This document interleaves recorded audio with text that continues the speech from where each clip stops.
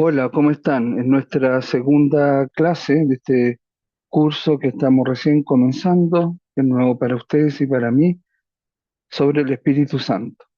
La primera clase fue sobre el Espíritu Santo en la Santísima Trinidad. ¿Qué sintetizar de eso? Bueno, que el Espíritu Santo no es la energía o un poder del Padre o del Hijo, sino que es una persona, es un alguien. Una persona es alguien idéntico a sí mismo y por lo tanto en ellos hay una entrega del 100% de su intimidad, dijimos, sin perder su identidad.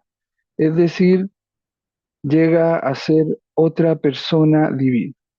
Y dijimos que si una de ellas faltase, Dios no puede ser, no puede estar, no puede existir. Y eso, el término teológico para eso dijimos es pericoresis, que significa que uno inexiste en el otro, se compenetra con el otro, no puede ser sin el otro. Entonces, como por ejemplo de pericoresis, decíamos una mujer embarazada de 7 meses que va en una avioneta y cae en el desierto del Sahara. Sobrevive solo ella con su hijo en su vientre. Si muere el hijo en su vientre sin posibilidad de asistencia, muere ella. Si muere ella, muere también su hijo. Ahí hay pericoresis. No puede existir el uno sin el otro. Por eso ese concepto de pericoresis es donde viene la palabra periquitos inseparables. Se muere uno, se muere el otro. Entonces, el Espíritu Santo es el que inhabita en la creación. El Padre y el Hijo se reconocen como personas, pero ahí sería una vinidad. Pero al relacionarse y darse el amor el 100% de la intimidad sin perder la identidad, son el, una triunidad. Y el Espíritu Santo pasa a ser entonces otra persona. Y por eso dijimos que, no sé, entonces el Espíritu Santo es justamente la relación y el amor en persona. Se nos olvidó decir en la clase anterior de que en Dios hay cuatro relaciones. La relación del Padre al Hijo, que es paternidad, del Hijo al Padre, que es filiación, y del Espíritu Santo, expiración pasiva y expiración activa. El dogma de la Santísima Trinidad, formulado hace 1700 años, nos dice que hay cuatro relaciones, pero las tres relaciones que son opuestas forman a las personas. ¿Por qué? Porque el Espíritu Santo depende, dijimos, de la entrega del Padre y del Hijo. Entonces llega a ser como una mezcla de la entrega al Padre y el Hijo, y por lo tanto diferente al Padre y al Hijo, y por ello independiente del Padre y el Hijo, idéntico a sí mismo, otra persona. Por ello, hay que sostener que el Espíritu Santo se relaciona con el Padre y el Hijo al mismo tiempo, no por separado. O sea, la entrega del Padre al Hijo es la entrega activa que eternamente se está dando. Y eso hace que exista el Espíritu Santo. Pero que sea persona es que el Espíritu Santo mismo responda al Padre y al Hijo como único principio, dice el dogma, es decir, al mismo tiempo, al Padre y al Hijo, como único principio, eso significa. Yo lo diría actualmente que es eh, ¿no es cierto?, una inspiración relacionativa, diría yo. No activa ni pasiva, sino relacionativa. Ya por los dogmas se pueden ir puliendo, reformulando con el tiempo. Entonces en Dios hay enviado dos. El Hijo, el Padre envía el Hijo, y el otro enviado es el Espíritu Santo, que no es enviado por el Padre y el Hijo, ¿ya? En Pentecostés. Bueno, eso para complementar la clase anterior. Esta clase entonces nos vamos a dedicar a ver el Espíritu Santo en el original bíblico. No vamos a ver grandes textos, sino más que nada la palabra, el sentido, lo que significa en el original bíblico. El original bíblico decimos que está en tres idiomas. O sea, se sabe que está en tres idiomas. El arameo, que es el idioma que habló Jesús, el hebreo, que ya existía antes de Jesús, y es el idioma de las escrituras mayoritariamente, y el Nuevo Testamento, o koiné o griego popular, que es el idioma en el Nuevo Testamento. Entonces tenemos que preguntarnos qué es el Espíritu Santo en arameo, en hebreo y en koiné o griego popular. Entonces vamos a ir viendo eso ahora. Antes es necesario hacer una especie de nivelación respecto a algunas cosas bíblicas, a las verdades bíblicas.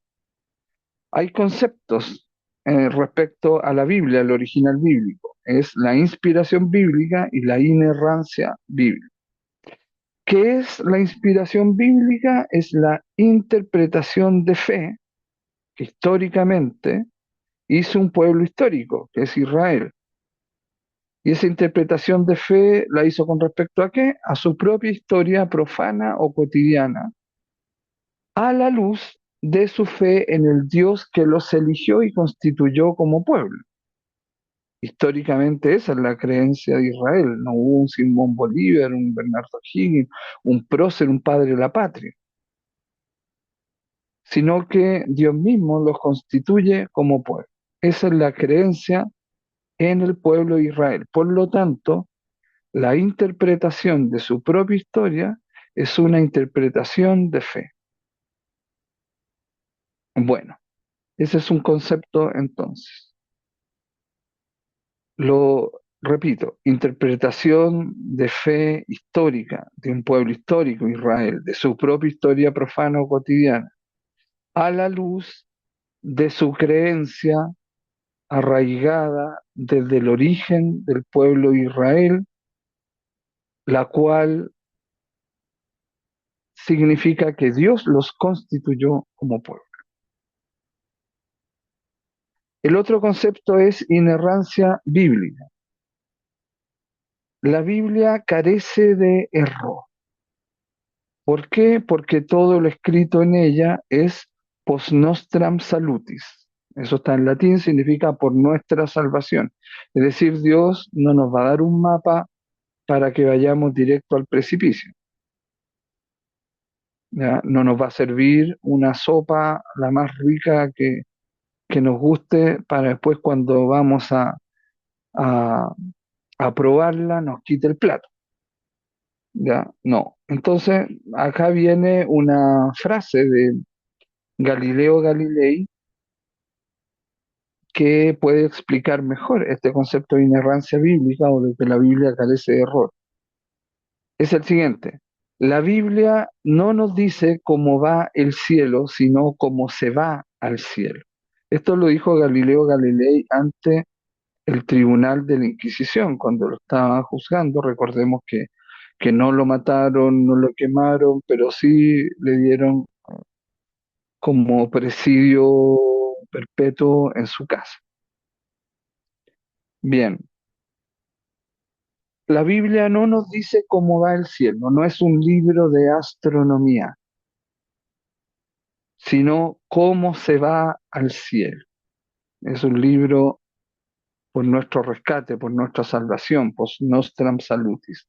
La Biblia no puede ser un libro de geografía, de política, de historia, pero no por ello es una mitología, es una fábula, es un cuento, es una leyenda, no. Es la historia interpretada a la luz de la fe. Y eso quedó registrado históricamente en los libros, lo que llamamos Biblia. Bueno, entonces hay tres tipos de verdad bíblica, verdad bíblica, salvífica, simbólica, verdad bíblica, salvífica, histórica y verdad bíblica, salvífica, redacción.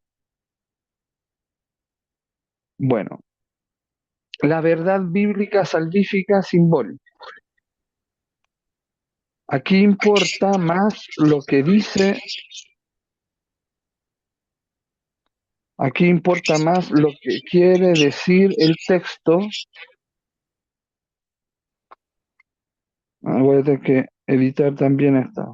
Lina. Bueno, entonces,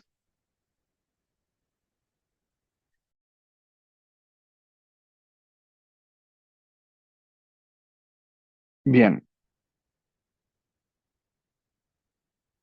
La inerrancia bíblica quiere decir que la Biblia carece de error. Y se distinguen tres tipos de verdad bíblica salvífica, o por nuestra salvación. Verdad bíblica salvífica simbólica, verdad bíblica salvífica histórica y verdad bíblica salvífica redacción. Veamos la primera, verdad bíblica salvífica simbólica. Aquí importa más lo que quiere decir el texto a través de lo que dice y cómo lo dice. Por ejemplo, el texto simbólico de Adán y Eva. No por ser simbólico es una mentira, sino que es una verdad simbólica. Todo lo que contiene ese relato de la creación y de Adán y Eva es tremendamente verdadero. No es una historia real, pero es verdadero.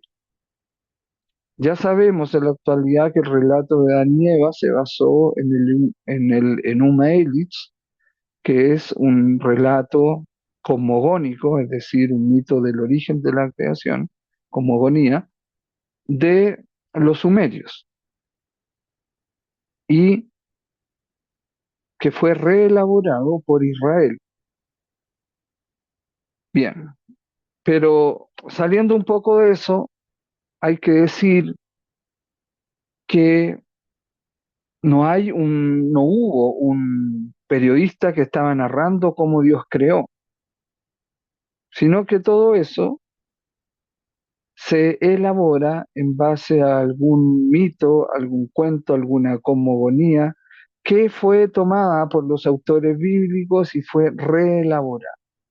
Por eso que el primer versículo de la Biblia es Bereshit bara Elohim, ¿no es cierto? Y Dios creó eh, los cielos y la tierra. Después el segundo versículo, y la tierra estaba desordenada. Entonces uno dice, bueno, ¿en qué quedamos? ¿Estaba o no estaba? Esa es una interpretación. Pero, sin embargo, da cuenta que hay una simbología que es verdadera en ese relato. También hay un relato simbólico en el Nuevo Testamento que no sucedió históricamente, que es el relato de los Reyes Magos. ¿Por qué sabemos que no es histórico? Porque la condición historiográfica, es decir, de la ciencia de la historia, para que sea un relato histórico, es que el texto esté en Mateo, Lucas y en Marcos, que es el primer evangelio, o el más antiguo, y solo está en Mateo.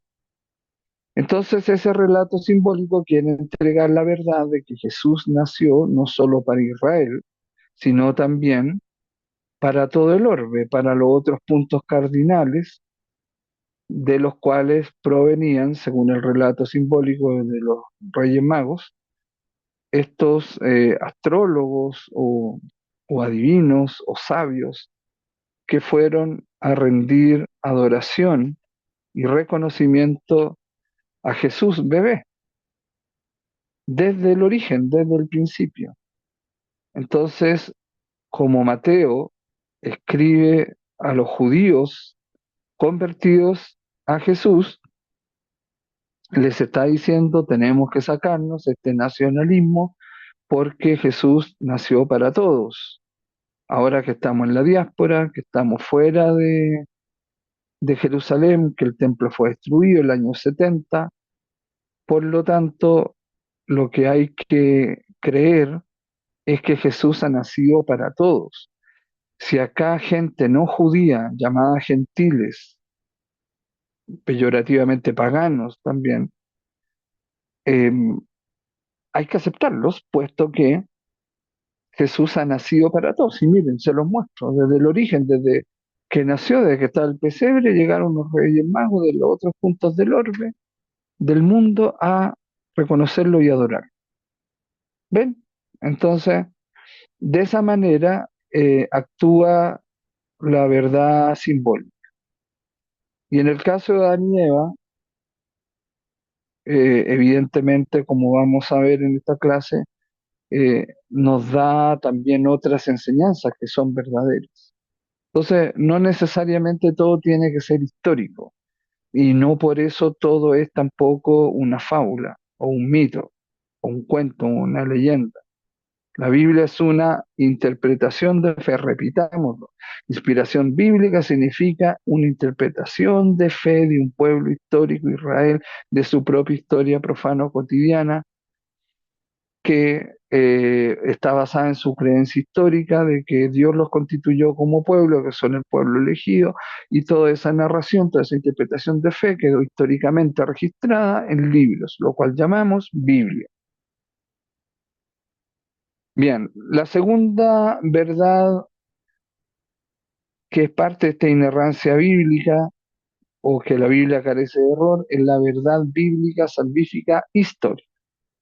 Aquí lo que importa más es lo que dice el texto. En esta semana, Semana Santa del 2025, vamos a nuevamente a ubicarnos en el tiempo de la Pascua judía. ¿No? Por ejemplo, los judíos ya celebraron el Pesaj este año. Nosotros nos ubicamos con el Viernes Santo en el día 14 de Nisan. Nisan es un mes judío del calendario judío. Para los judíos, entre las 6 y media de la tarde, PM, comienza otro día. Entonces, de esa manera, nosotros podemos verificar en Semana Santa los hechos históricos que están registrados incluso en fuentes extrabíblicas o no bíblicas, de historiadores como Flavio Josefo, el mejor o más reconocido historiador de la antigüedad, que era judío pero ciudadano romano, Flavio Josefo, y narra la crucifixión de Jesús o habla sobre Jesús, no páginas de páginas, sino un párrafo. Pero justamente, si escribió solo un párrafo, significa que no era seguidor de Jesús y con ello nosotros obtenemos más objetividad para basar el hecho histórico de Jesús y de su crucifixión, que fue en un contexto propiamente tal, por ejemplo, de cuando era gobernador Poncio Pilato. Hay pruebas también arqueológicas de eso, de Poncio Pilato, de Caifás, de personajes que están narrados ahí en el Nuevo Testamento, en la crucifixión de Jesús, que justamente avalan, ¿no es cierto?, el hecho histórico de la Semana Santa, de la crucifixión. Y em, también hay que decir que Jesús estuvo en un contexto propio también de invasión romana en Israel, que hablaba justamente en arameo y no en hebreo junto a su pueblo. Pero él como rabí, como teólogo laico, como profeta laico, dominaba los idiomas bíblicos, que es lo que estamos viendo o vamos a ver hoy día. En ese sentido, el Viernes Santo siempre se ubica después del 20 de marzo y el domingo de Pascua después de la primera luna llena, después del 20 de marzo. Astronómicamente, incluso hay una fórmula que se ha consensuado, ¿verdad?, para poder ubicar la fecha de Semana Santa, que no son una fecha fija, como es la Navidad, y Pentecostés como es 50 días después de la resurrección, entonces justamente también no tiene una fecha fija cada año. Es una verdad histórica que justamente se adapta a la historia y al contexto histórico que hay que tomar en cuenta, en este caso Israel. Bueno, la verdad bíblica salvífica redaccional. Aquí importa lo que dice el texto, cómo lo dice y qué quiere decirnos. Las apariciones del resucitado son textos redaccionales. Hubo muchos testimonios, muchos escritos, muchos papelitos, muchos párrafos, mucha información que le llega al autor bíblico, al geógrafo, el cual no puede tampoco escribir un libro de 3.000 páginas, porque el Evangelio es una buena noticia tiene que ser lo más directa posible. La muerte ya no tiene la última palabra. Qué tremenda buena noticia, ¿verdad? Cuando uno ve incluso un video TikTok o cuando te recomiendan una película, uno dice, uy, tiene que escuchar entero todos esos minutos hasta que diga el nombre de la película y en qué plataforma. Y son solo minutos, 2, 3 minutos máximo. Entonces el Evangelio, el más corto, el de Marcos, está contenido en Mateo y Lucas, que necesitan mayor elaboración porque ya están viviendo el cristianismo en comunidades. Entonces estos textos redaccionales son que el autor bíblico, el evangelista o el geógrafo le llega tanta información, papelitos, párrafos, escritos, tradición oral, cosas que dijeron, que se repitieron, que se conservaron en una comunidad y las celebran, las narran, las transmiten, las entregan. Eso significa tradición, tradere, que significa entregar. El, eso que le llega a la persona, al geógrafo, la persona tiene que seleccionar.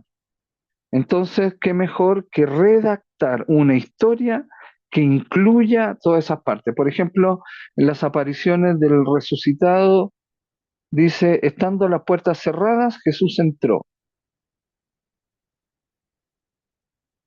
Eh, Tomás dudó. Jesús decía, explórenme, tóquenme, para que sepan que es un cuerpo resucitado. Para el mismo Jesús eso era nuevo. Y, y entonces nosotros lo descubrimos y Él se redescubre también en relación con nosotros en la medida que vamos redescubriendo nuestra vida y en relación con Él la vida, la resurrección, la victoria de la vida. Bueno, y en ese sentido tenemos que entender los textos bíblicos originales y la Biblia, con esa inspiración bíblica, con ese concepto, y salvaguardando que todo lo escrito en la Biblia es por nuestra salvación y por lo tanto la Biblia carece de error. La Biblia no nos dice cómo va el cielo, pero sí nos dice cómo se va al cielo. Es post nostrum salutis, es por nuestro rescate, por nuestra salvación. Entonces, en esa inerrancia bíblica, donde todo lo de la Biblia es verdadero, hay que distinguir tipos de verdades. Una verdad simbólica, verdad histórica y verdad redaccional. Y de esa manera nosotros podemos seriamente leer, meditar, confrontarnos ante la palabra de Dios, que es una palabra viva y eterna.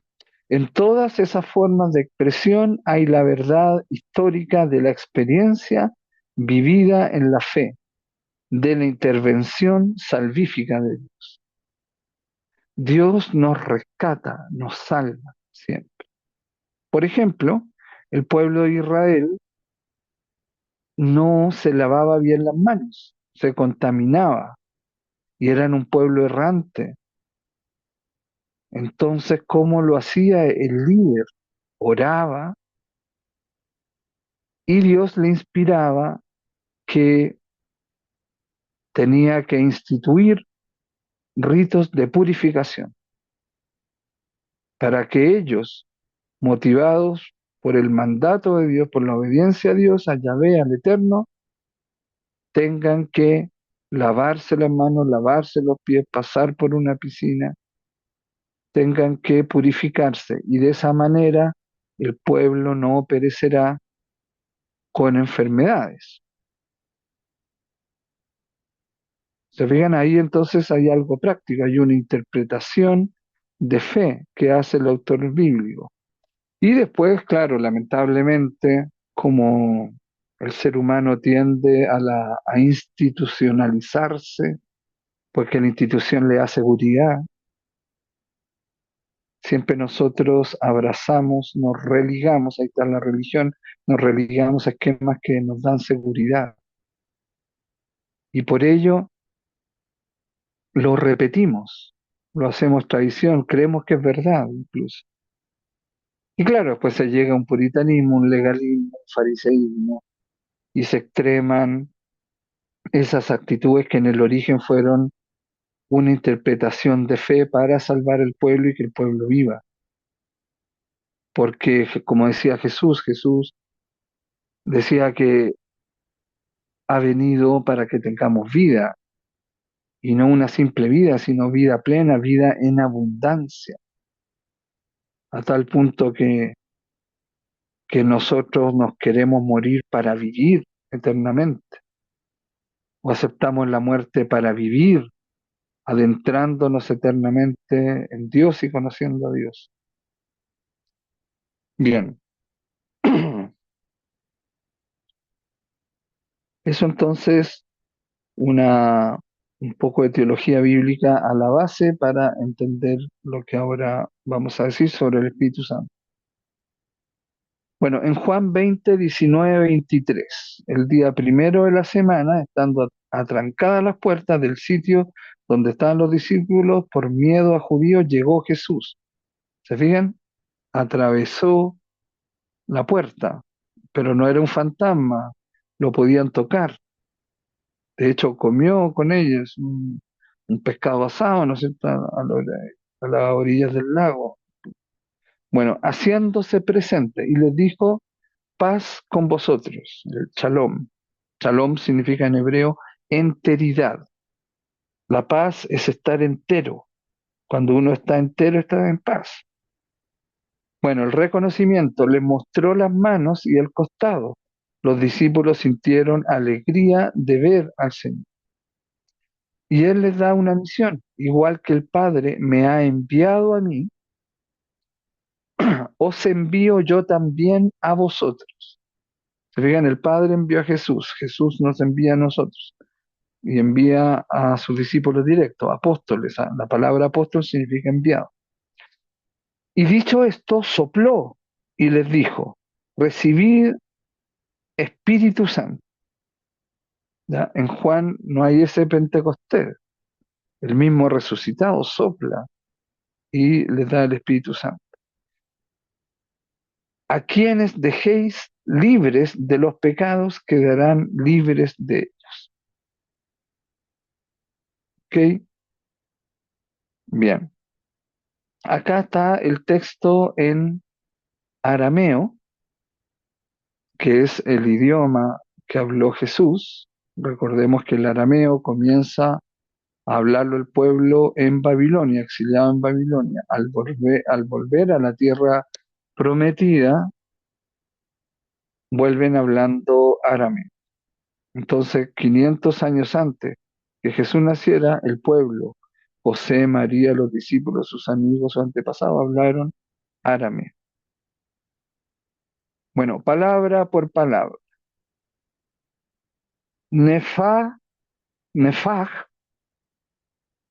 Beún, Wemmar, leun, kavbelu, ruja, de kucha, de kudcha. Bueno, entonces, nefaj, beun, wemmar, lehun, kavbelu, ruja, de kudcha. Eso significa, en arameo, que se lee igual que en hebreo, de derecha a izquierda, significa sopló en ellos, Jesús, ¿verdad? Y dijo a ellos, haceos cargo, asumid, recibid el espíritu, el viento de lo sagrado. Eso es la traducción literal del texto que Jesús dijo, les dijo a ellos, no en griego ni en hebreo, sino en arameo. Ahí están esas palabras sagradas que ustedes pueden aprender también ahí a leer. Bueno, entonces haceos cargo, asumid, recibid el espíritu, el viento. Bien, cabe hacer notar que rujá en arameo y en hebreo es un sustantivo femenino, no es masculino. Entonces, originalmente la Biblia dice la Espíritu Santo, la Espíritu de lo Sagrado. Nosotros deberíamos persignarnos en el nombre del Padre y del Hijo y de la Espíritu de lo Sagrado. Eso sería más propio. Bueno, Ruja de Kudcha. Hay que traducirlo con la interpretación cultural de ese tiempo como la espíritu de lo sagrado. Eso es precisamente lo que vamos a ir profundizando ahora. ¿Por qué es esto? Bueno, nosotros no escribimos la revelación, la inspiró Dios y Él la inspiró, el Espíritu Santo, en femenino, no en masculino. Felices, ¿no es cierto?, las femeninas, las féminas que hay en este grupo, porque la sustancia en la Trinidad, la relación y el amor en persona están en femenino, no en masculino. De masculino es la entrega, ¿verdad? El padre se entrega, el hijo se entrega. Y la entrega está en femenino. La relación está en femenino. En Marcos 13:11 leemos, y cuando se os acerquen para entregaros, entonces no os preocupéis de qué hablaréis y no penséis, sino que hablad lo que os sea dado decir en ese momento. Pues no fuisteis vosotros los que hablasteis, sino la Rujá de Kudcha, sino la, ¿no es cierto?, espíritu de lo sagrado, Rujá de Kudcha, en arameo, como dijimos. Esto significa que Jesús entiende que para hablar de Dios debemos dejar hablar a Dios. Y Dios habla a través del espíritu de lo sagrado. Entonces, no solo hay que hablar de Dios, sino dejar hablar a Dios. Por eso que tenemos que siempre, como insistimos, profundizar nuestra relación con Dios desde nuestra vida secreta, porque nuestra vida secreta es lo más íntimo que tenemos. No lo compartimos con nadie, pero sí podemos compartirlo con el papito. como dice en Mateo 6:6, el papito que ve en lo secreto, no para regañarte, sino para acogerte, abrazarte, orientarte, para que es lo mejor para ti. Y Dios actúa como papito, castiga si tiene que castigar, corrige, quita los permisos, quita la mensualidad o da permiso, te anima, te empuja, te da seguridad, hace las tareas contigo, está contigo, te defiende, te consuela, te comprende, está, siempre está. Esto significa entonces, este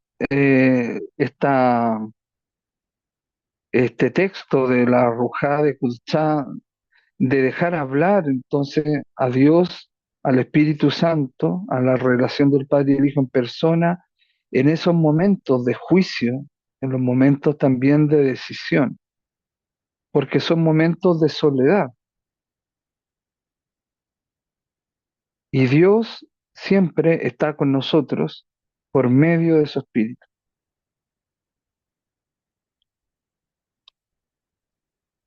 ¿Ok?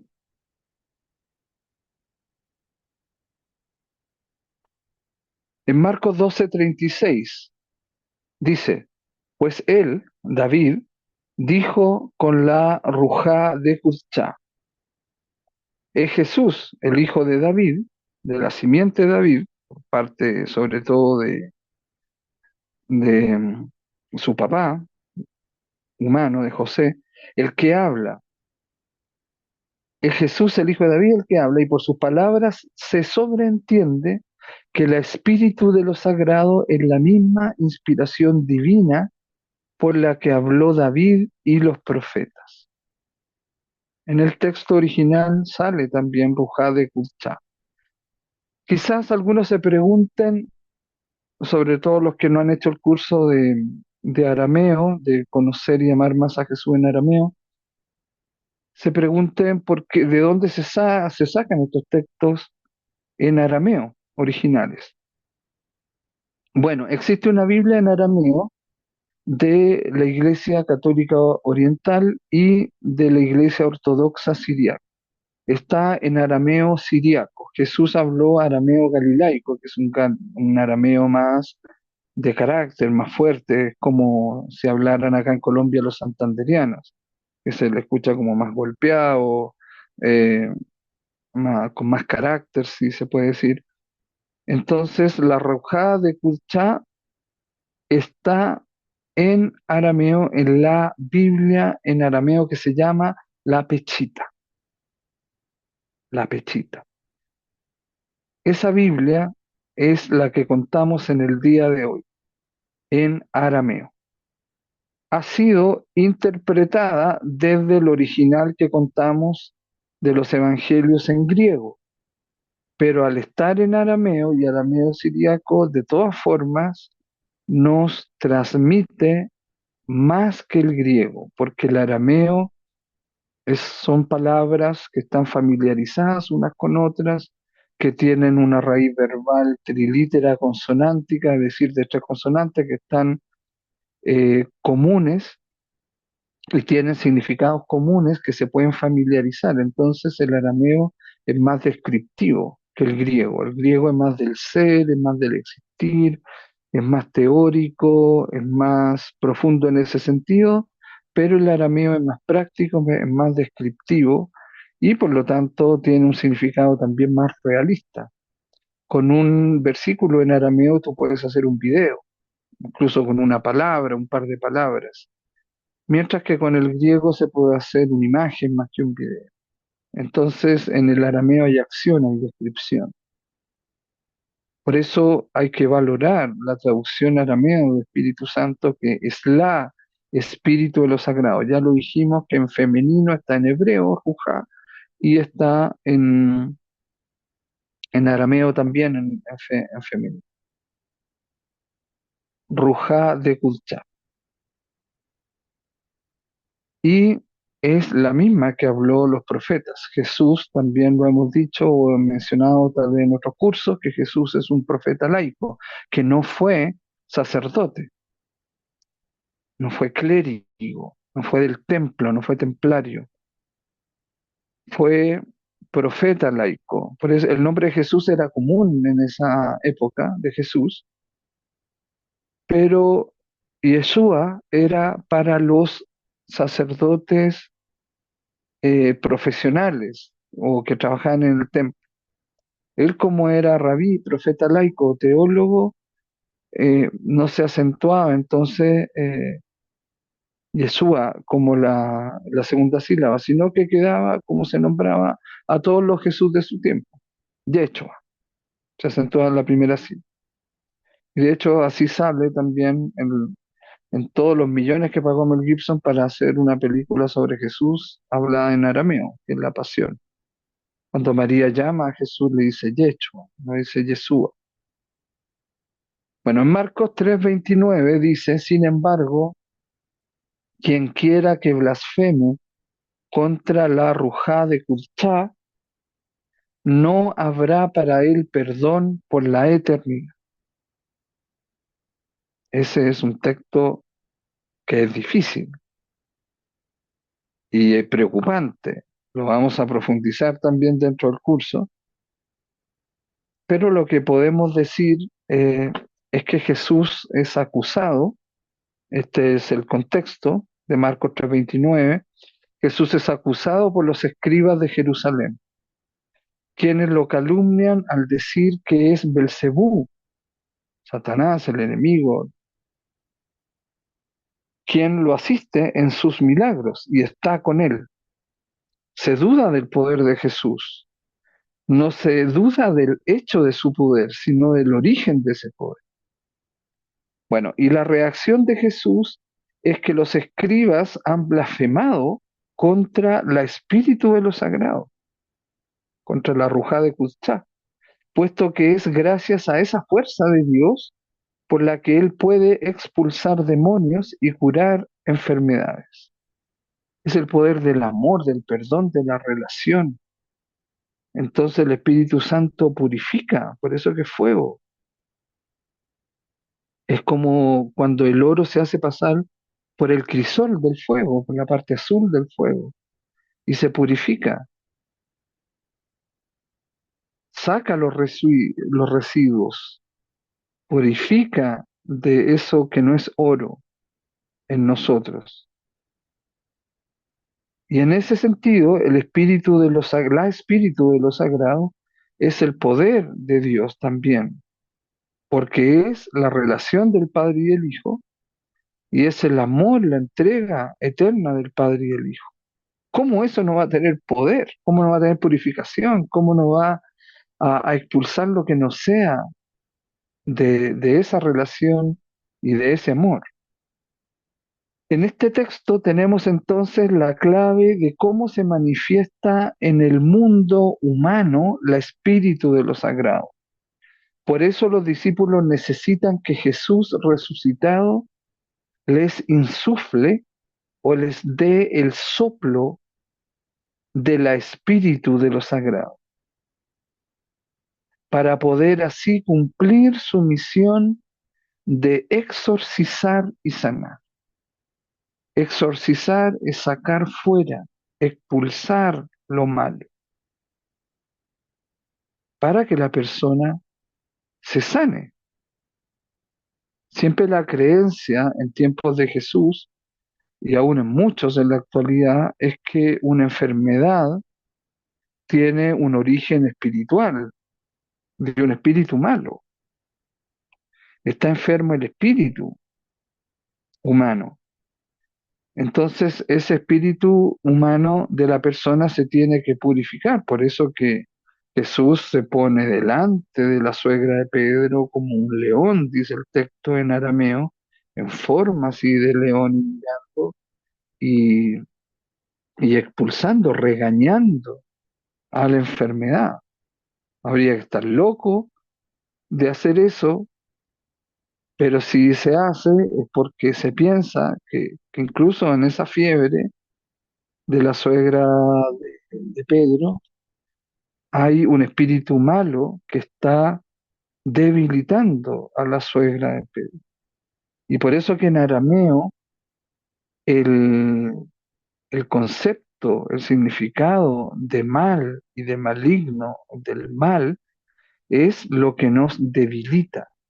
Todo lo que nos debilita es malo, lo que nos debilita la voluntad, los sueños, los anhelos, el cuerpo, los órganos, la buena voluntad, el amor, es algo, la entrega es algo que nos está diciendo ahí que nos está debilitando y no tenemos el poder entonces del espíritu, pero el espíritu tiene que venir a exorcizar y a sacarnos afuera eso malo que nos debilita. Bien,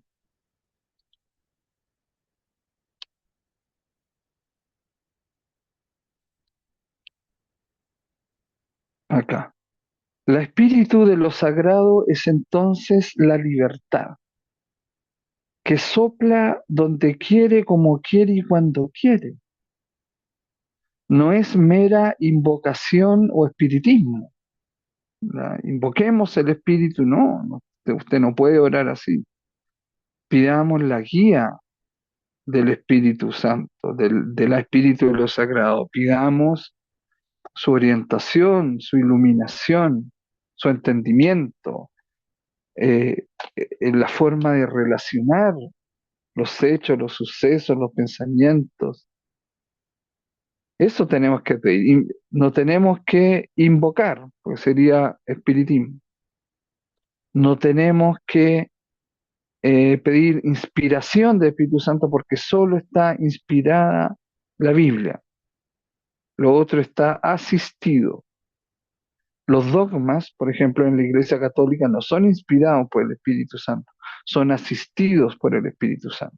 Pero sí los dogmas deben basarse, como dijimos en la clase pasada, en textos de la Escritura de manera implícita o explícita. Verdades implícita o explícita, no en el aire, no en algún pensador o algún teólogo, sino en la Sagrada Escritura, la revelación. Esa es la condición para que sea una verdad de fe o dogma. Bueno, es la gratuidad que es sorpresiva. La gratuidad siempre sorprende. Cuando es cuando tú recibes un regalo en tu cumpleaños, eh, tú dices esto es un obsequio. Cuando tú sacaste el primer puesto en algo es un premio, pero cuando no hay motivo, es sorpresa, es gratuito, efectivamente tú te alegras, te gozas de esa gratuidad porque te sorprende justamente porque no lo esperabas. Entonces, la gratuidad que es sorpresiva no es solo servicio, sino donación inesperada. Yo tenía un amigo, tengo un amigo, está vivo todavía, piloto, que fue coronel, eh, piloteaba en estas zonas de guerra de la FARC, helicópteros del ejército, y él tenía un problema de que le gustaba mucho el whisky. Entonces, una vez le dijo a Dios, sácame esto del whisky, pero no pasó nada y siguió tomando. Era peligroso para él y para las personas, para todos, donde podría caer el helicóptero, etcétera, dañino para el ejército, todo lo que se pueda pensar. Y eh, un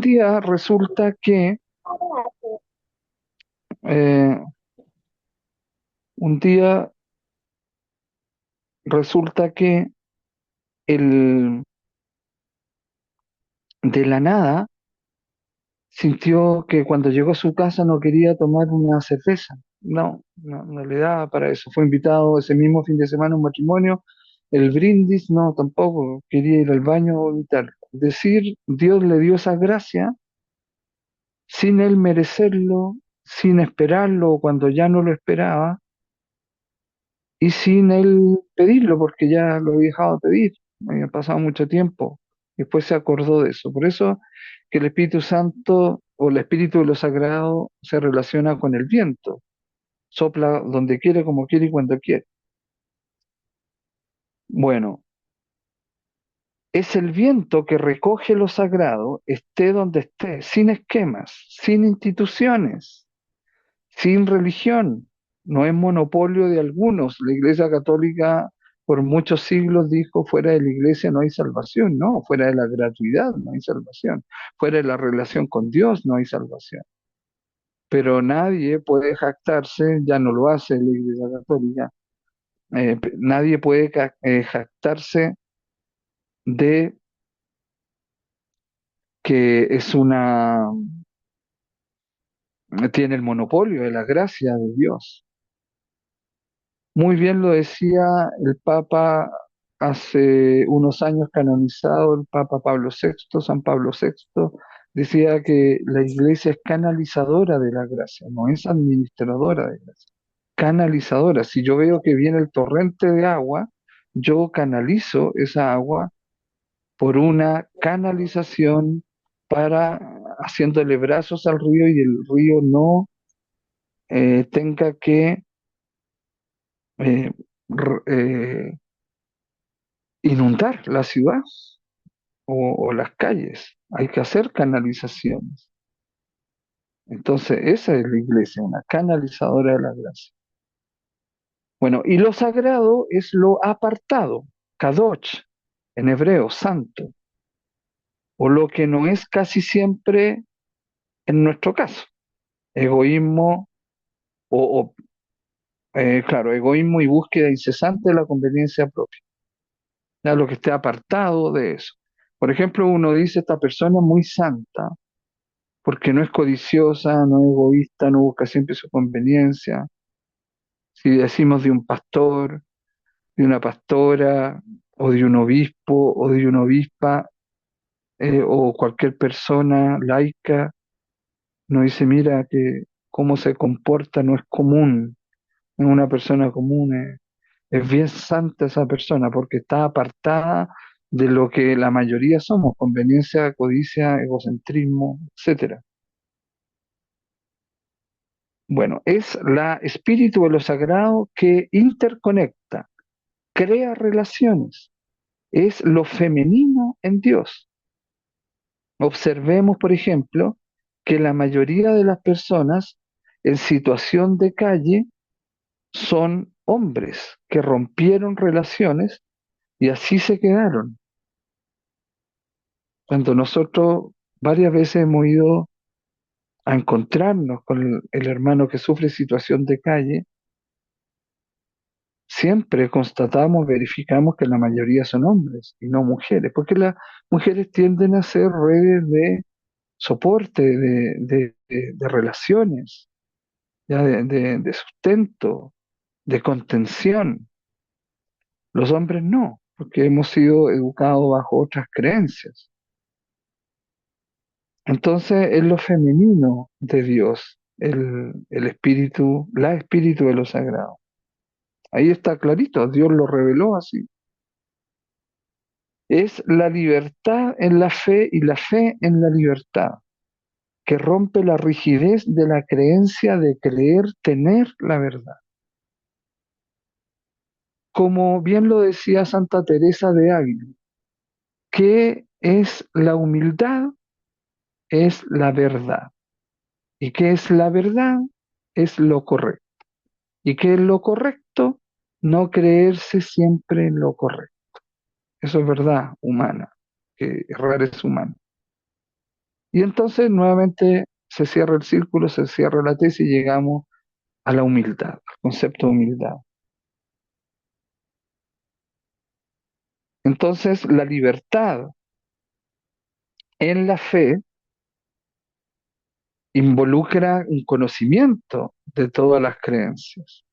Yo puedo libremente ir un viernes a escuchar a un pastor presbiteriano, su homilía. Puedo ir el sábado donde los adventistas. Puedo ir el domingo a, a donde los sacerdotes obreros o donde los monjes. Tengo esa libertad en la fe, pero porque he sido bien formado teológicamente en la fe, y ahí se puede hacer eso. Y uno tiene al mismo tiempo fe en la libertad, no se escandaliza de eso. Ser libre es algo que es muy difícil lograr.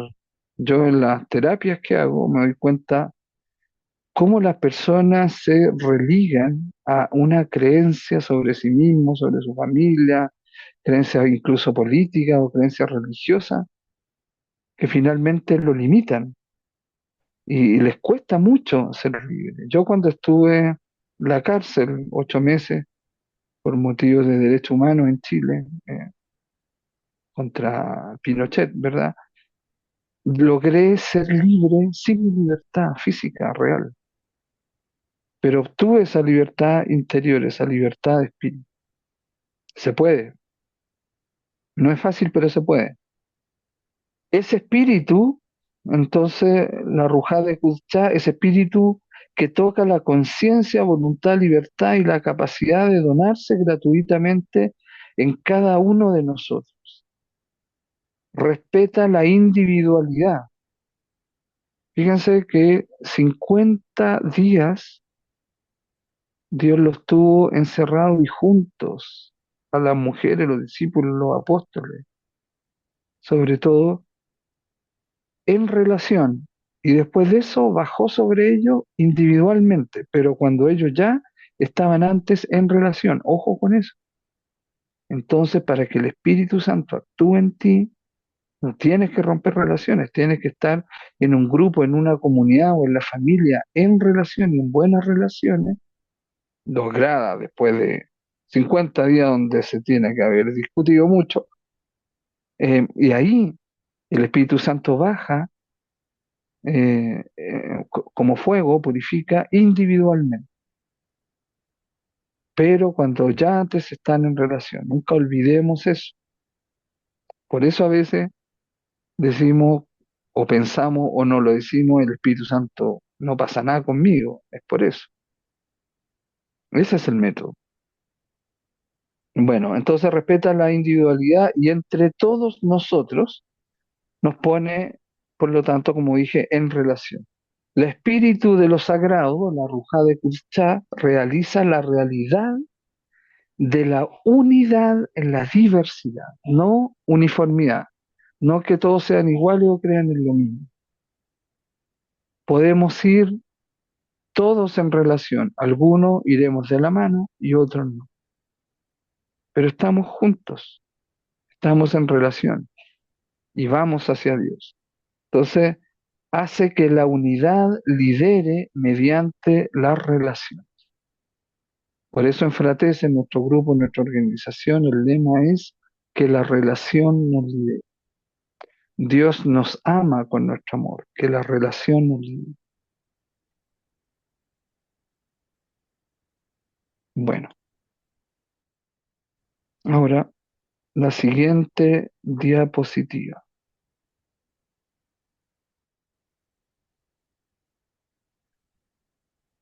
Aquí está también en arameo. Dice el, acá el texto en arameo sería Hu Named Kun Beruja Dekudcha Wav Nura. Él, que significa literalmente, Él os bautizará, os sumergirá en el espíritu, en el aliento, en el aroma, en el viento, de lo sagrado, de lo santo, y en el fuego.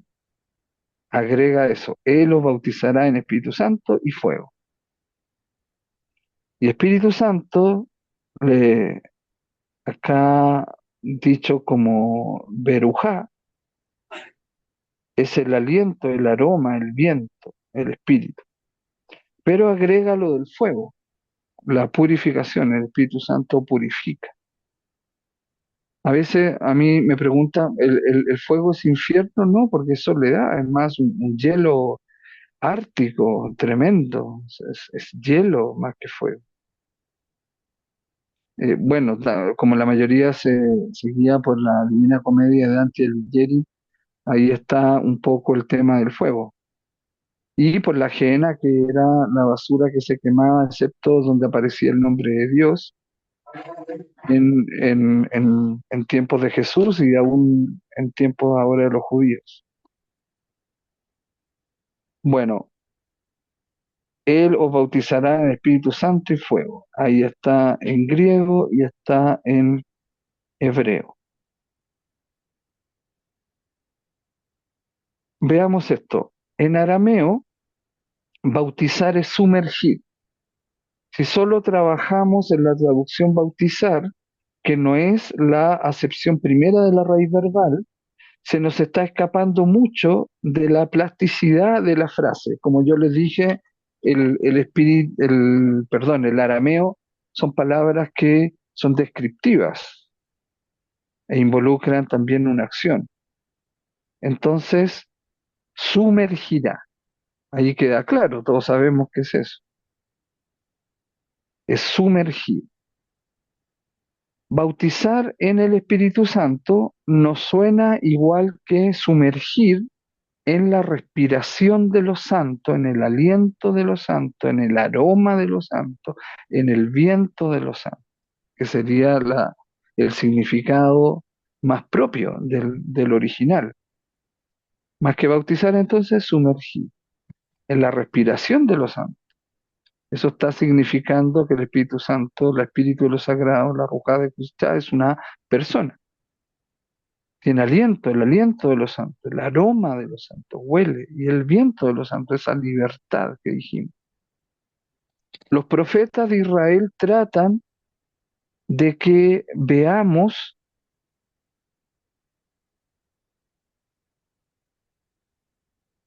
ya, de que veamos la vida misma de Dios. Y verá toda carne mortal la vida de Dios. Está en Lucas 3:6, citando a Isaías 43 al 5. Y verá toda carne mortal la vida de Dios. Nosotros siempre como que queremos apartar la carne, pero si Dios se hizo carne y Dios quiere que esa carne mortal vea la vida de Dios, por eso creemos en la resurrección de la carne. Bueno, y el primer paso para ver esa vida de Dios es sumergirnos en el mismo espíritu, la Rujá, que en el principio de la creación sobrevolaba la superficie de las aguas. Génesis 1:2. Entonces es sumergirnos en la respiración de los santos, el aliento de los santos, el aroma de los santos, el viento de los santos, en esa persona que es el Espíritu Santo. Y así tu carne, mi carne, mortal, porque se va a morir, vea la vida de Dios. Nosotros no queremos morirnos, bueno, la mayoría no se quiere morir, ese es el problema, la gente quiere ir al cielo sin morirse, ¿no? Pero los que hemos profundizado más allá, cuando llegue la hora, vamos a querer morirnos, no para dejar de existir, sino para una vida eterna. Queremos morirnos para vivir. Bueno, es importante recuperar el sentido original del verbo sumergir para que la traducción tenga sentido, porque es más correcto entender que es algo que se sumerge en nosotros, puesto que ya está e inhabita en toda la creación, sostenida eternamente por Dios en todas sus formas y dimensiones y relaciones. A lo mejor lo que está siempre ha estado, siempre ha existido. Y como lo dijimos en la clase pasada, puede ser un ojal bordado en oro, con incrustaciones de diamante, pero un ojal sin botón no tiene sentido, es un hoyo en la camisa, tendrías que a cada rato tenerla con las manos aprisionadas, cerrada para que no se te abra, y no te muestre tu piel, ¿no es cierto? Entonces, eh, es el botón, el, la Espíritu Santo hace que el botón calce, entre en el ojal. La Espíritu Santo, el Espíritu de lo Sagrado, es lo que abrocha el botón con el ojal. Bueno, en la pechita o de la Biblia siriaca que mencionamos, que está en arameo, no aparece ninguna vez el adjetivo sagrado o santo, kadush o kadich. Al sustantivo espíritu, aliento o viento. El sustantivo está en la pechita, en arameo, espíritu, aliento, viento. Pero como santo no está. Ese adjetivo tiene la connotación de indicar la separación entre Dios y el hombre, en el sentido de que su estar no es confundirse o fusionarse o perderse entre nosotros. Claro, Dios es el absolutamente hombre, que se ha autorrevelado, se ha autocomunicado, que vino en carne. Dios es Dios, no nosotros, está claro. El Espíritu de Dios nos dio el soplo de vida y es algo intrínseco al ser humano, pero no ser humano.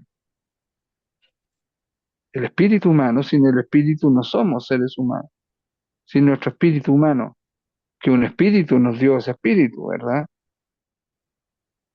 Pero ese espíritu que nos dio ese espíritu humano no es humano, es santo, está apartado, pero se ha autocomunicado. Pero la Rujá de Kuchá pertenece al ámbito exclusivo de lo divino, eso de Dios que no comparte con la existencia. Por eso que no se puede blasfemar contra la Ruja de Kuchá.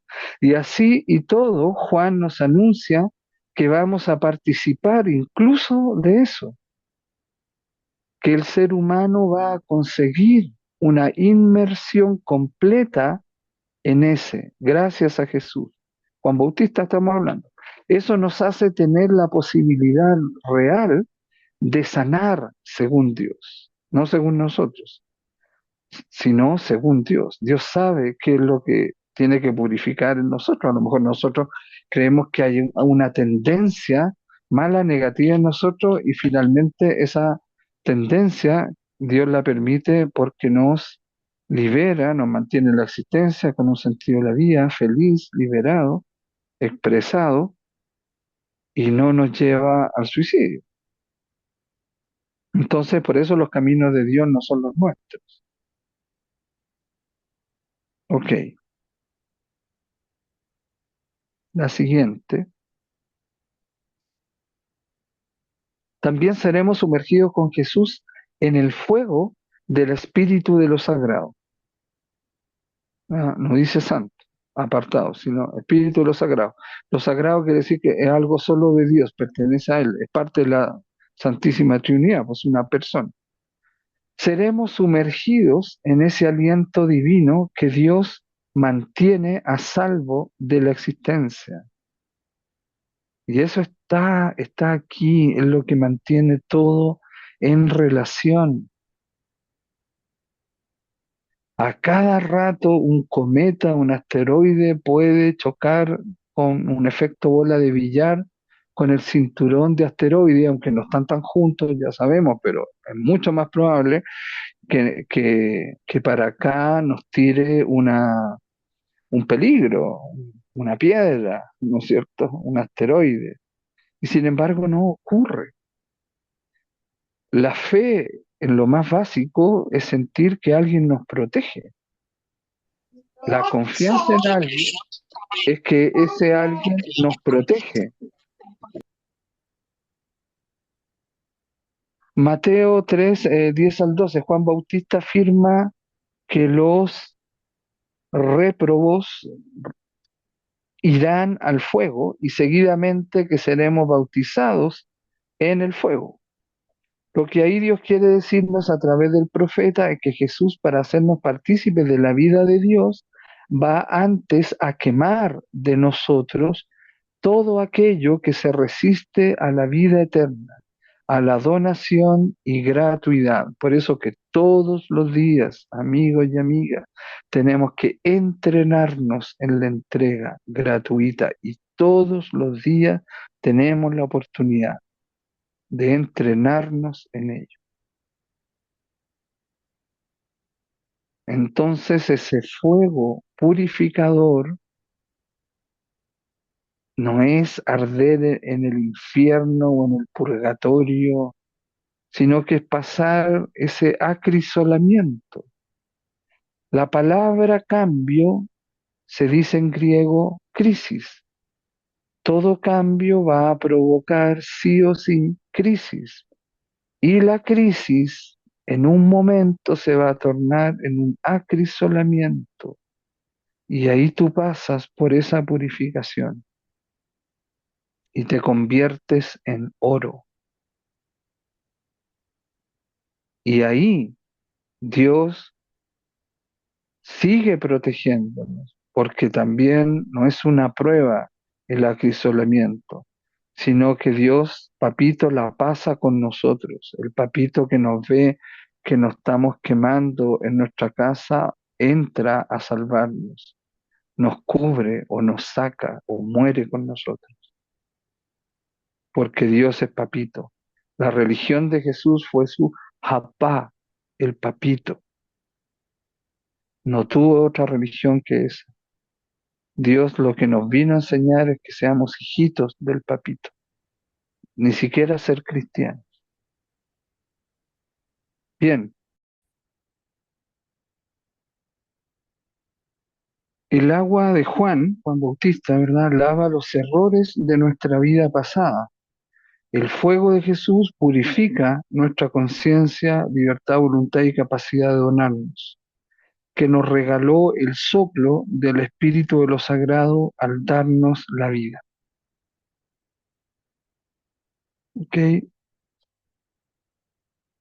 Entonces, podemos decir que el espíritu humano es dado por el espíritu de lo sagrado, por la Rujá de Kuchá. Y el espíritu humano está formado por la conciencia, voluntad, libertad, capacidad de amar y ser amado. Ahí ustedes en la imagen ven a un hombre llorando abrazando a su perro muerto, ¿verdad?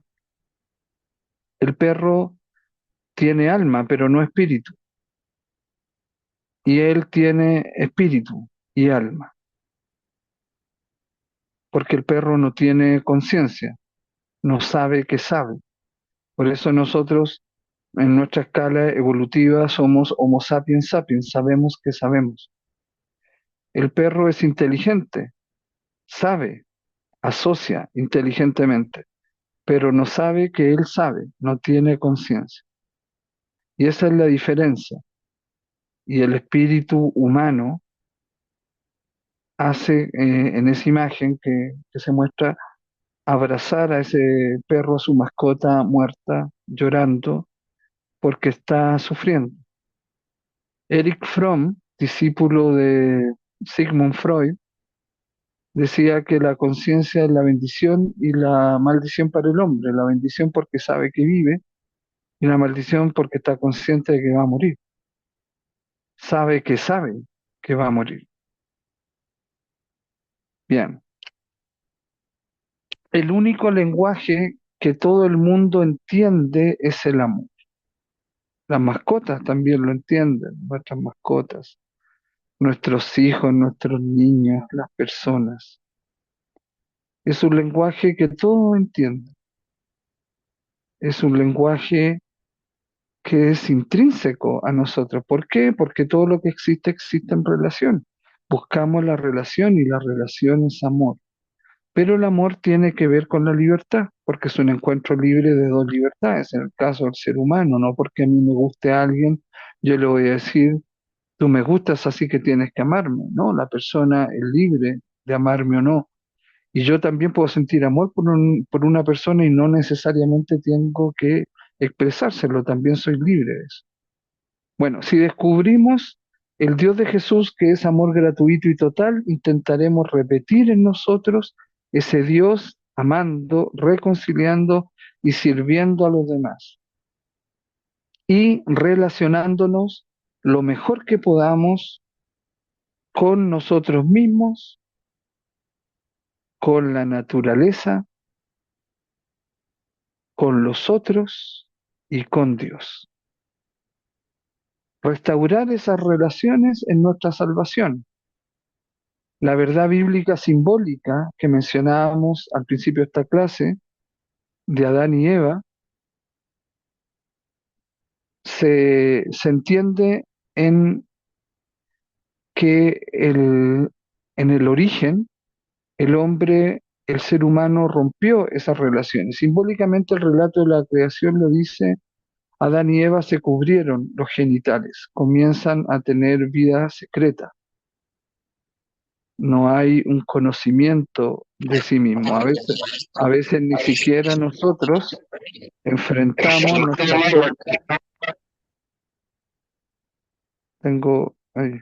enfrentamos nuestra propia vida secreta. Entonces tenemos que restaurar la relación con nosotros mismos. También el relato de la creación nos dice que fueron expulsados del paraíso, es decir, se rompe la relación con la naturaleza. Tenemos que restaurar nuestra relación con la creación, con la naturaleza. Miren donde ya estamos, en una crisis ecológica mundial, en un cambio climático,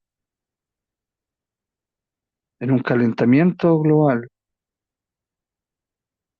También nos dice que Caín mató a Abel, es decir, se rompe la relación con los otros, con los hermanos, con los pares. También tenemos que restaurar la relación con los otros. Y se rompe la relación con Dios, no por el hecho de desobedecer a Dios, sino de no confiar en Él. A ver, Dios algo quiere dejarse para Él y no darnos a conocer o a compartir con nosotros. Entonces no es confiable, no confío tanto. A ver, voy a ver qué es lo que quiere ocultarme. Y prueba, ¿no es cierto?, el árbol del bien y el mal. No tiene de la sabiduría. Tiene que verificar por sí mismo el ser humano. Entonces queremos conquistarlo todo para verificarlo, pero no nos conquistamos a nosotros mismos, nos creemos dueños de la creación, manipulamos, avergonzamos, nos aprovechamos del otro y no confiamos en Dios. Tenemos rogativas a Dios, pero no la confianza. Queremos incluso ayudar a Dios en vez de confiar en Él. Nos cuesta confiar en Dios. Siempre nuestra fe, que debiera ser como de petróleo diésel, le queremos echar ese motor diésel, gasolina corriente, y el motor se para, se detiene, no avanza. Entonces esas gotas de incredulidad nos llevan a fallar y por lo tanto y en consecuencia desconfiar. Entonces la salvación de nosotros es restaurar esas cuatro relaciones fundamentales con nosotros mismos, con la naturaleza, con los otros y con Dios. Bien, vamos a seguir con la siguiente diapositiva. Bueno, hay que preguntarse qué es el ser humano para la Biblia, cómo está constituido. Según el dato revelado, según la Biblia, el original bíblico revelado, el ser humano se constituye de cinco cosas, cinco partes, que están integradas, están en uno, todo en uno, en relación en nosotros mismos, son mundos en nosotros mismos. Bueno, en español, ¿verdad? El alma. En el Antiguo Testamento en hebreo lo llama nefesh, El Nuevo Testamento en koineo griego popular lo llama sige o psique, de ahí viene psicología. También estamos constituidos por carne, en hebreo basar y en griego sarx, en espíritu, es el ruach en el Antiguo Testamento en hebreo y el neuma en griego. Fíjense que entonces hay una distinción entre alma y espíritu, no es lo mismo. El corazón, que es lev en hebreo y en griego cardía, ahí viene cardiología, corazón. Pero corazón, como en ese tiempo no había un término para la mentalidad o la mente o cerebro, se decía corazón, pero en realidad se estaba pensando en lo que ahora llamamos mentalidad, la forma de relacionarse con la realidad, nuestra mente. Y por lo tanto tenemos historia. Corazón a veces occidentalmente lo relacionamos solamente con sentimientos, pero no, aquí tiene que ver con la historia que hemos construido, que hemos llevado hasta ahora. Por eso también eh, se, se sustenta de esa manera la posibilidad de un juicio, pues. Entonces el corazón, eso, y actualmente sabemos que hay neuronas, más de 80 millones en el cerebro, 80 mil millones creo, en el corazón también, que hay una 40.000, y en el estómago, como 400 y tantos, 500.000. Entonces todas esas pueden hacer sinapsis, que es entrelazarse, amarrarse, conectarse, relacionarse, y así no se pierden las que quedan amarradas. Bueno, y el cuerpo como corporalidad, no como carne, sino como corporalidad. Weyuya es en hebreo y en griego soma, la corporalidad, el cuerpo. Entonces se distingue, en resumen, alma, carne, espíritu, corazón y corporalidad o cuerpo. Bien, Nefesh en hebreo bíblico significa aliento de individuos y animales vivientes, seres animados, la vida de, el hombre entero en cuanto a ser vivo, respiración, movimiento propio, el yo, cuerpo de vida, Nefesh Hayá, está en la sangre, es mortal, no es inmortal el alma, ojo, para la Biblia, y sin Nefesh es algo inanimado. Y nefesh viene del verbo nofech, que es respirar, y nosotros cuando morimos dejamos de respirar, somos inertes. Por lo tanto, para la Biblia el alma no es inmortal, sino que es mortal. En hebreo bíblico original es mortal. ¿Por qué nosotros creemos casi hace 1700 años que creemos que el alma es inmortal? Porque eso lo interpretó erróneamente, aunque era un genio y un santo, San Agustín.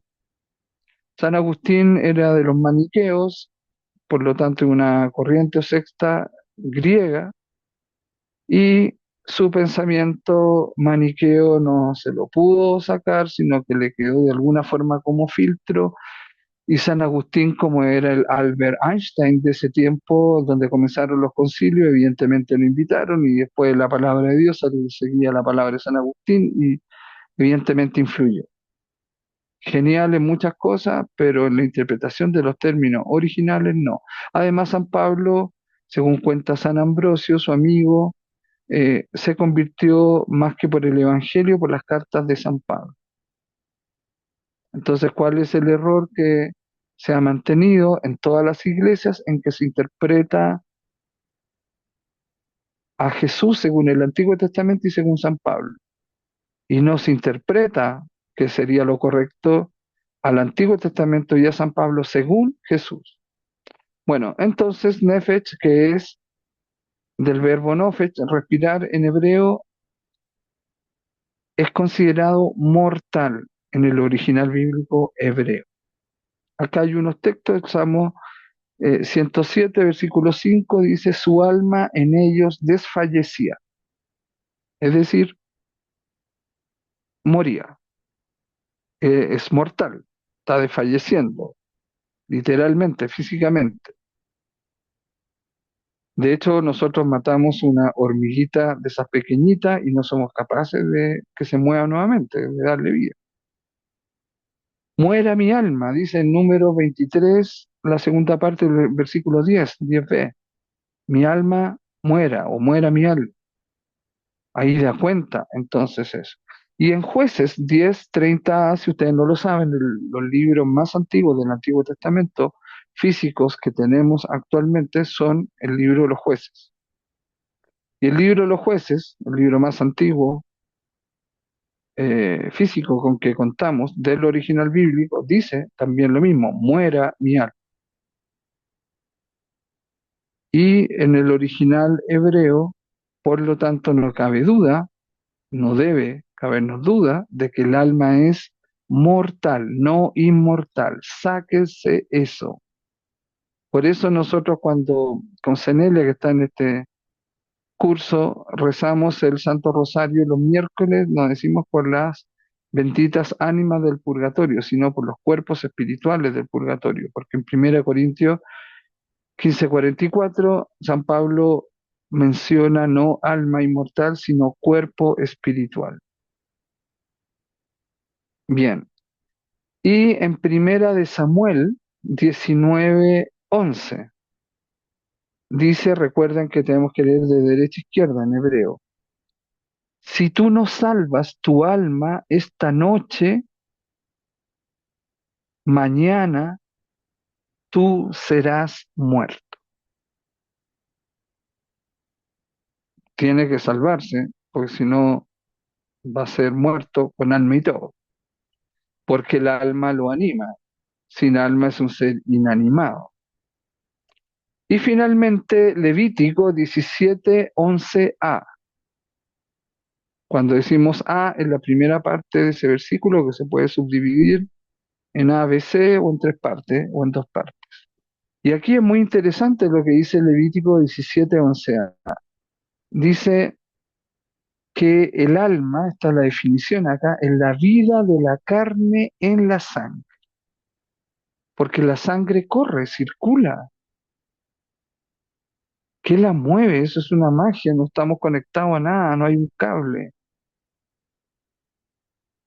Eh, y es la vida de la carne en la sangre.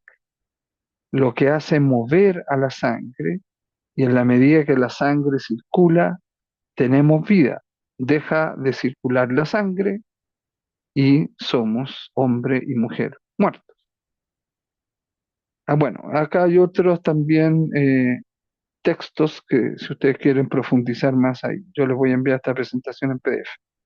Bueno, entonces la palabra original en hebreo, vimos el arameo, ahora estamos viendo el hebreo, es en sustantivo femenino también, igual que en arameo, como dijimos. La transliteración es ruach y la definición es espíritu, viento, vientos, en plural, aliento, exhalación, vida y temperamento. ¿Ya? Para los que somos terapeutas, el temperamento sabemos que es una cosa que viene con nosotros.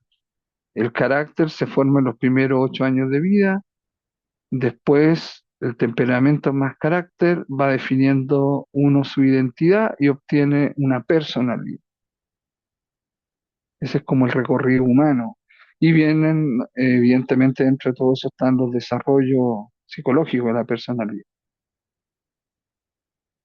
Fíjense ustedes que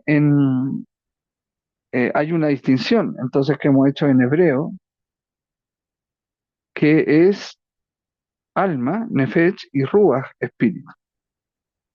El espíritu vuelve a Dios, el alma se queda.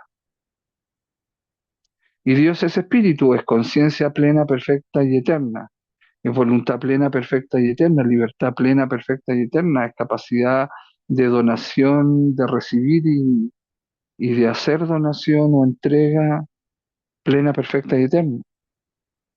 Acá, por ejemplo, ya pasando al griego, al koiné, en Lucas 1:46-47, en el Magnificat, la Virgen María, la Madre de Jesús, ella distingue entre alma y espíritu.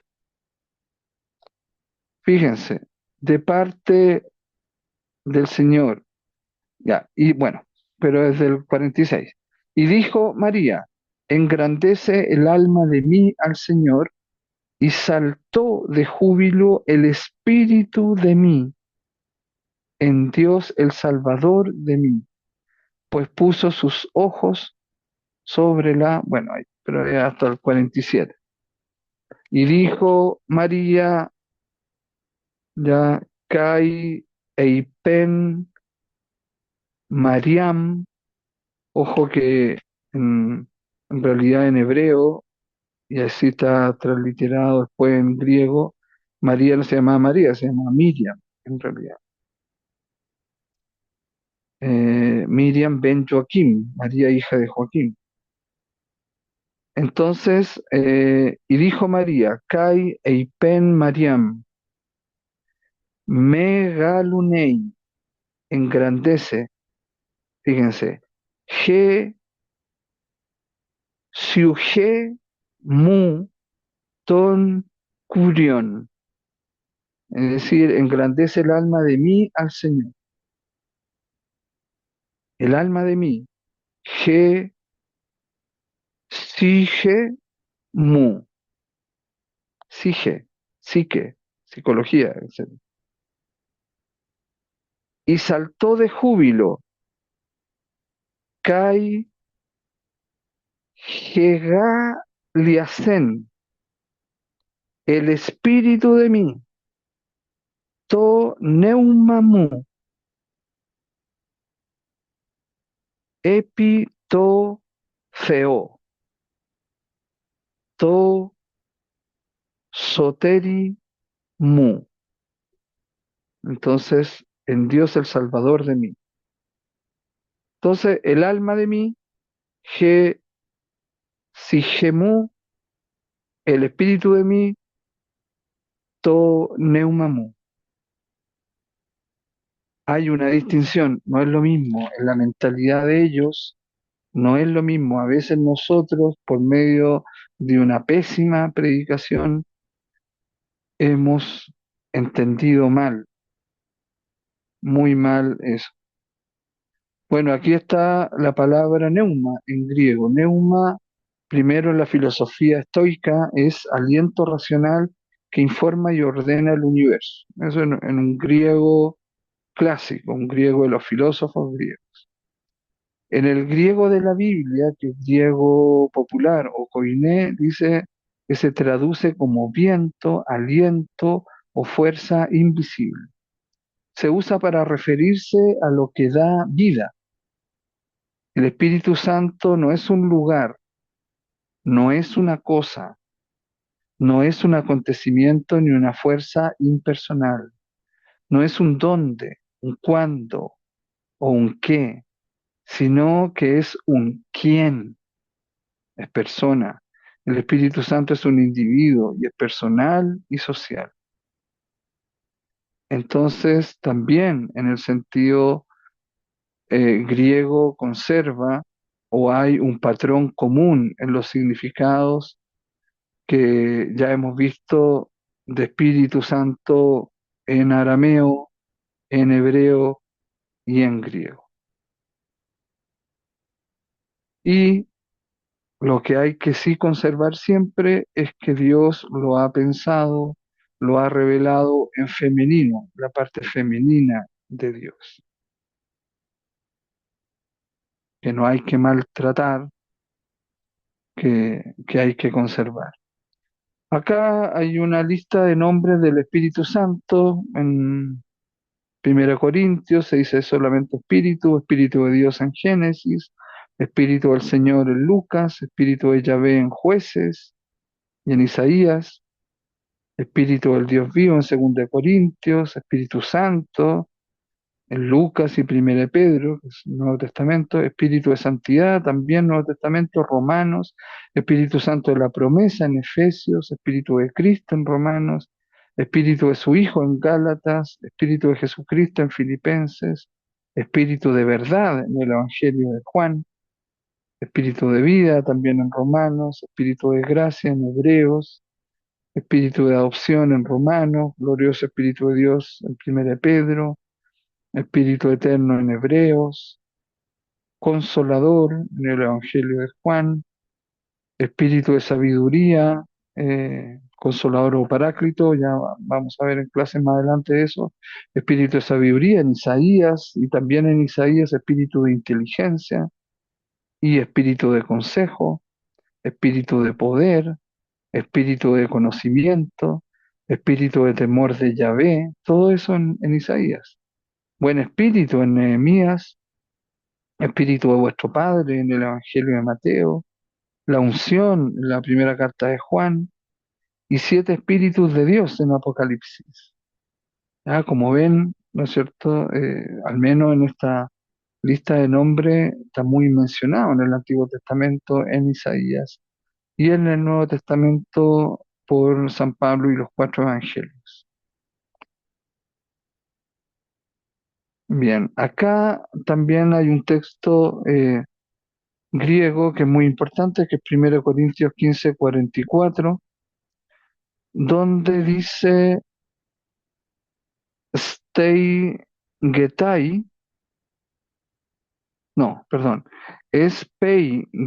speiretai, soma fiukikon egeiretai, neumatikon, soma neumatikon estin, soma fiukikon kai, estin soma neumatikon. Eso es muy importante, dice, está siendo sembrado cuerpo físico, dice el original en griego, está siendo sembrado. Ya algunas traducciones dicen material, natural, otras hasta evolutivo, cuerpo físico es lo que dice acá, natural, material, animal o evolutivo, pero el más exacto es el original, físico. Pues, se sembró cuerpo físico y está siendo levantado o resucitado cuerpo espiritual. Fíjense que no dice alma inmortal, sino cuerpo espiritual. Entonces, está haciendo cuerpo físico, también está haciendo cuerpo espiritual. Por eso que creemos en la resurrección de lo físico, de la carne. Dios y el espíritu inhabitan en la creación. Entonces, no, el fin es una finalidad, no se trata de un término o destrucción de la creación. Bien.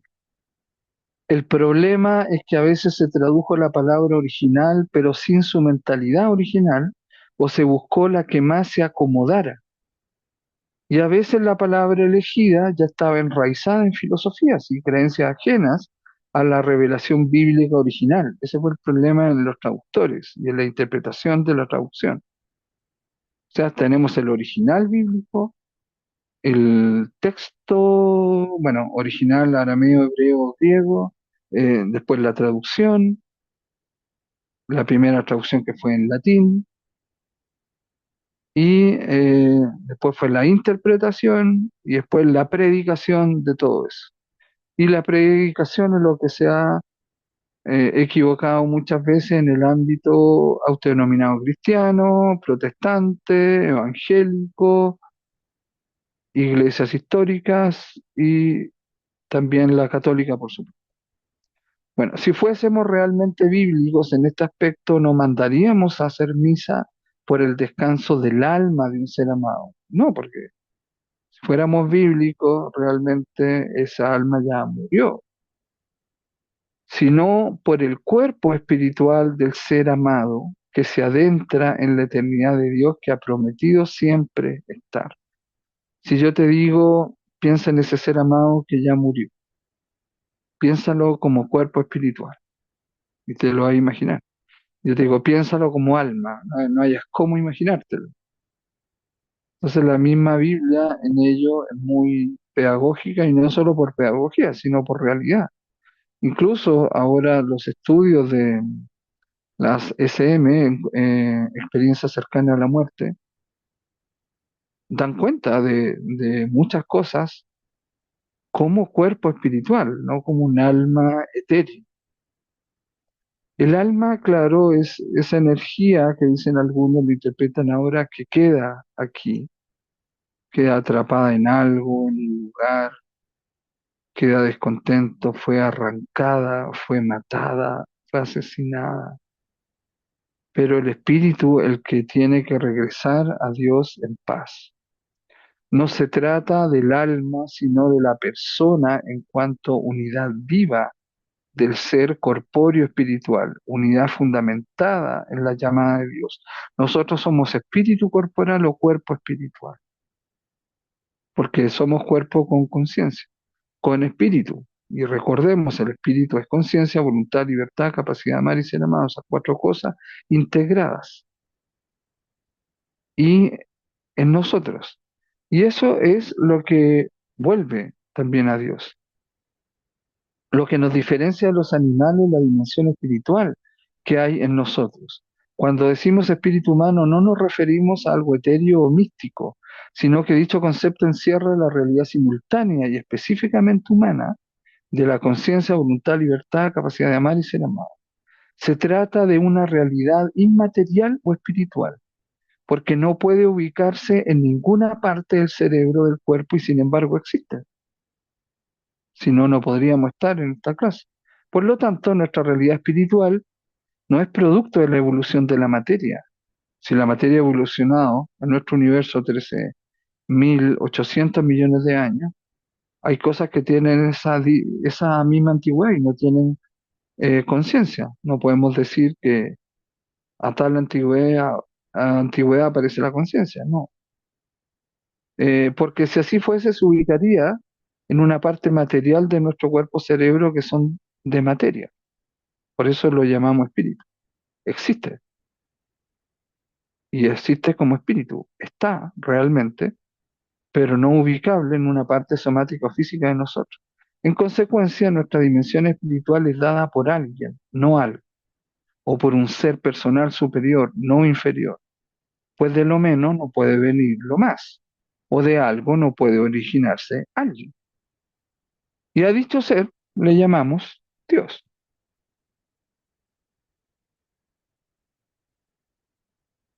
Bien, el- entonces, para finalizar, ¿qué se queda y qué vuelve a Dios? De ese esquema que vimos principalmente. El alma, recuerden que para la Biblia estamos constituidos por alma, carne, espíritu, corazón y corporalidad. ¿Qué se queda y vuelve a Dios? El alma es mortal, por lo tanto, se queda inanimada. La carne es lo material, lo físico, y al polvo iremos. No se queda en esta, eh, como sigue siguiendo siendo algo físico. El espíritu nos hace imagen de Dios y vuelve a Él.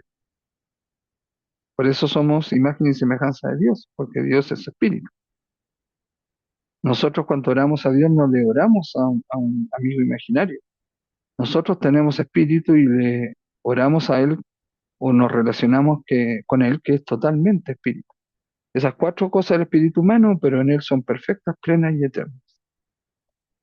Entonces, el corazón, construimos la historia y vuelve a Dios. Por eso que puede haber un juicio. De hecho, el Evangelio menciona un juicio. Lo que hicimos a los más pobres, hambrientos, sedientos, desnudos, enfermos, encarcelados, forasteros. Y corporalidad, somos una realidad corpórea y resucita cuerpo espiritual. Nosotros no nos vamos a convertir en ángel, como a veces uno ve a misa fúnebre y dice que ahora la persona es un ángel. No, somos un cuerpo espiritual que se adentra en la eternidad de Dios. No hay metas, Dios no es la meta porque Dios es eterno. Esa relación con Dios tuya, con Dios, tú que eres único, única e irrepetible, que se relaciona con el Dios único, eso es formidable para ti y para Dios, para nosotros. Y la comunión de los santos, de los apartados, de los que entendieron eso y se están adentrando en Dios y en sí poseen la posibilidad, como el libro Juan Salvador Gaviota, de estar en todo tiempo, en todo universo, en todo suceso, adentrándonos en la medida que vayamos entendiendo que todo está en relación, que el Espíritu Santo, el Espíritu de lo sagrado, la Ruaj de Kuchá, existe como persona, como amor y como relación. Bien, hasta aquí entonces esta segunda clase que intentó enseñar y que aprendiéramos qué es el Espíritu Santo desde el original bíblico en arameo, hebreo. ¿Alguna consulta, comentario, pregunta? Queda 1 minuto 45.